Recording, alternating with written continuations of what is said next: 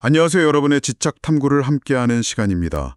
예루살렘의 시각으로 민수기를 읽어보는 여정, 베할로트카 주간, 벌써 세 번째 시간이네요. 네, 그렇습니다. 지난번에는 레위인의 역할까지 살펴봤는데요. 오늘은 드디어 광야 행진이 시작됩니다. 그 안에서 벌어지는 여러 사건들과 또 영적인 의미들 한번 깊이 들어가 보죠. 네, 오늘은 민수기 10장 후반부터 12장까지 데이 5에서 7까지 내용인데요. 여기에 예언서 스가랴, 또 요한계시록 본문까지 연결해서요. 하나님의 인도하심과 인간의 의존 문제, 또 리더십의 무게, 백성들의 불평, 그리고 교만과 온유함, 이런 주제들을 좀 더 파고 들어가 보겠습니다. 아, 흥미롭네요. 특히 땅의 성막과 하늘 성소가 연결된다는 관점도 기대됩니다. 네, 잠깐 언급해 볼 예정입니다. 자, 그럼 데이 5, 드디어 행진 시작. 이야, 질서정연하게 구름 기둥 따라서 쫙 움직이는데, 그래 여기서 모세가 장인 호밥한테 우리의 눈이 되어달라? 이렇게 부탁하는 게 좀 눈에 띄어요. 네, 그렇죠. 광야 전문가니까 현실적으로 도움이 필요했겠지만 뭔가 좀 묘한 느낌? 맞습니다. 호밥은 광야 지리에 능통한 사람이니까요. 분명히 도움이 됐을 거예요. 하지만 바로 그 지점에서 하나님께서 주시는 메시지가 있는 거죠. 어떤 메시지일까요? 이스라엘 백성이 정말 전적으로 오직 당신만을 신뢰하길 원하셨다는 겁니다. 그 증거로 언약궤가 백성들보다 3일 길을 먼저 가면서 쉴 곳을 찾았다는 기록이 나오잖아요. 민수기 10장 33절에. 아, 네네, 3일길. 네. 이게 뭐냐면 인간의 어떤 경험이나 지혜 이런 게 아니라 하나님의 직접적인 인도, 그것만 따라야 한다는 걸 아주 강하게 보여주는 거예요. 그러니까 아무리 뛰어난 사람의 도움이라도 그게 하나님의 자리를 대신하게 되면 오히려 방해가 될 수도 있다는 거죠. 참 이묘한 지적이네요. 하나님의 인도하심을 받아야 할 때 자꾸 인간적인 방식을 찾으려는 그런 유혹에 대한 경고로도 들립니다. 정확합니다. 바로 그런 맥락이죠. 그런데 데이 6, 민수기 11장으로 넘어가니까 분위기가 확 바뀝니다. 갑자기 불평이 터져나와요. 네, 그렇죠.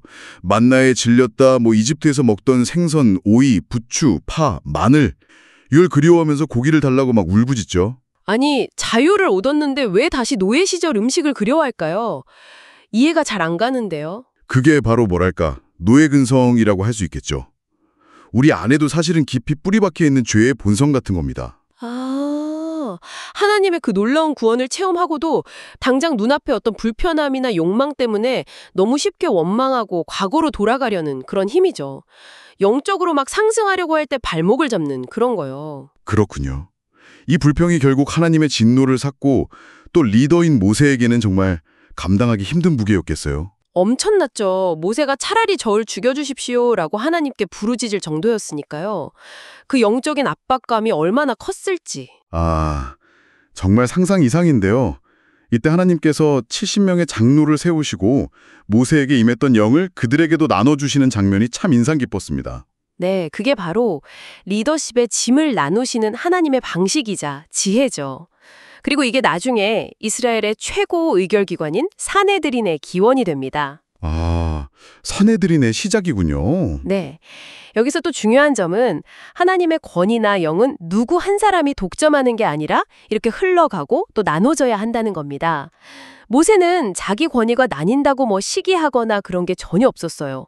오히려 모든 백성이 다 하나님의 영을 받아서 선지자가 되면 좋겠다고 말할 정도였죠. 와, 정말 대단한 리더네요. 그렇죠.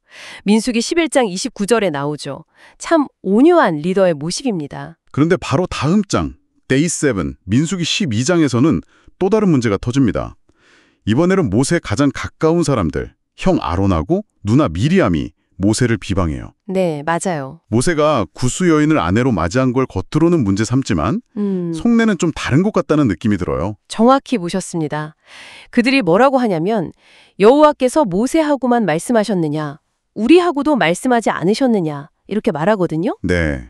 이 말 속에 그들의 영적인 교만 그리고 질투심이 딱 드러나는 거죠. 아, 자신들도 대제사장이고 여선지자인데 왜 모세만 하나님과 독대하냐 이거죠. 자기들의 영적 지위나 권위에 대한 자부심이 모세의 그 독보적인 위치에 대한 도전으로 이어진 겁니다. 어쩌면 자신들이 가려진 거고 느꼈을 수도 있고요. 그렇군요. 이때 모세의 반응이 참 인상적인데 아무 변명도 안 하고 그냥 잠잠히 있잖아요. 네, 그렇죠. 온유함의 극치죠.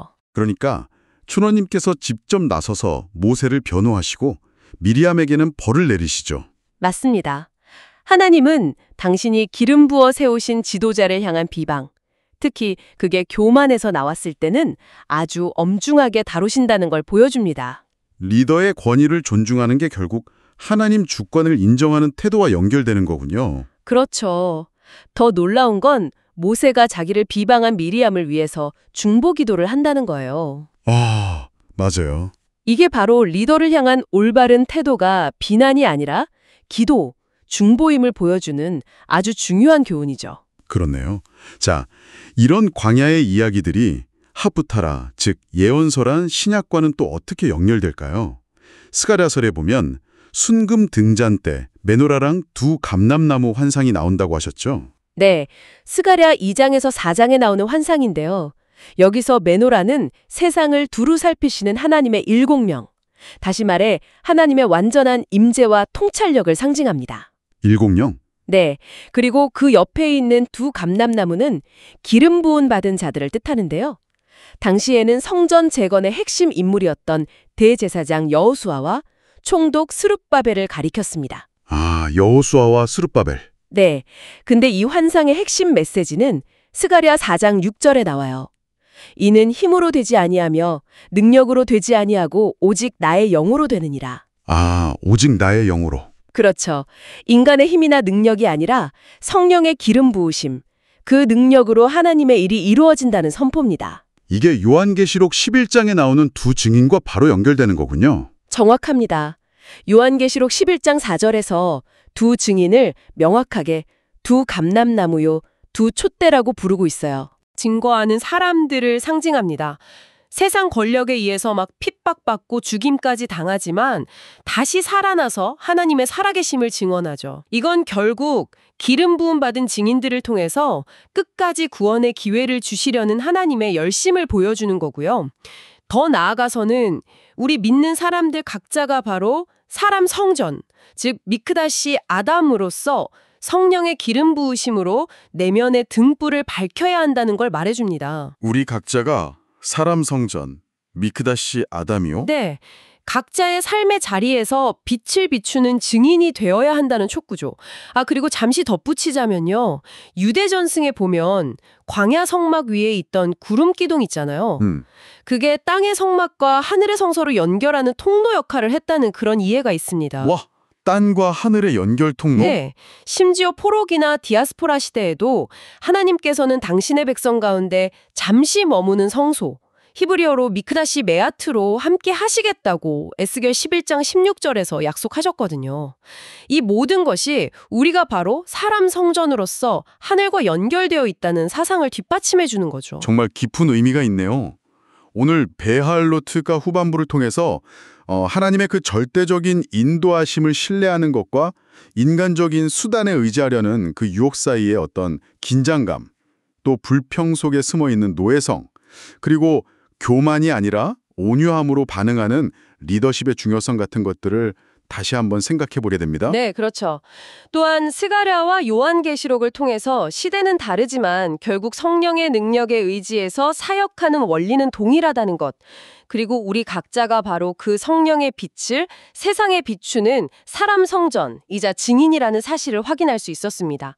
우리의 매일의 삶이 결코 하늘과 분리된 것이 아니라는 거죠. 오늘 나눈 이야기들을 곱씹어 보시면서 혹시 여러분의 삶 속에서 하나님의 인도하심보다 더 의지하고 있는 호밥은 없는지, 또 내 안에서 불평과 원망을 일으키는 그 노예 근성은 어떤 모습으로 나타나는지 한번 돌아보시면 어떨까요? 네, 좋은 질문입니다. 그리고 내가 하늘과 연결된 사람 성전임을 정말로 깨달을 때 여러분의 하루하루가 어떻게 달라질 수 있을지 잠시 생각해 보시는 것도 의미 있을 것 같습니다. 저희는 다음 시간에 더욱 깊은 통찰과 함께 돌아오겠습니다.